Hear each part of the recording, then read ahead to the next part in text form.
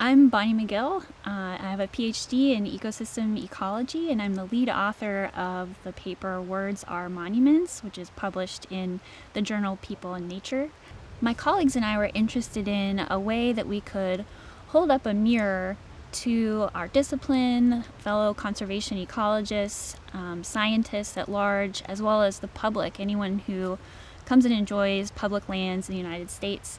And that mirror to show that place names that you see on a visitor map, they aren't just a meaningless act, that they hold power and they tell a story. Our report found that national parks hold up place names that tell a story that heroizes, valorizes people who are responsible for anti-Indigenous genocide, people who espoused and promoted racist views, people who were pro-eugenics.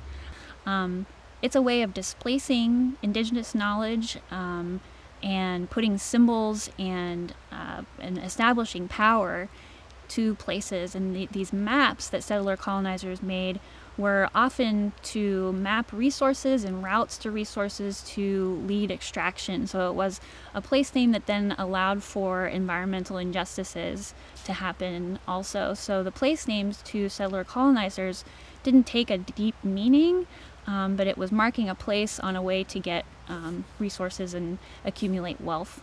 The title of our paper is Words Are Monuments, and we chose that because we see this work in conversation with the national dialogue of reckoning with American history, and that can be things like protesting and bringing down statues to Confederate generals, colonizers. This is also happening around the world as nations are reckoning with what stories are we telling.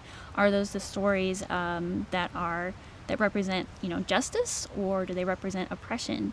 And so a word, a name on a map might not seem like a statue, but actually if you have an entire beautiful mountain, these are our treasures of the United States, named and honoring people who were responsible for genocide against Indigenous peoples.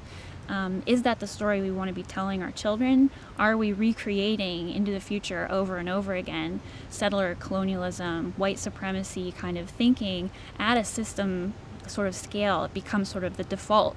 They're just the names that are surrounding us, and we take them as normal. So we see this work in dialogue with those processes.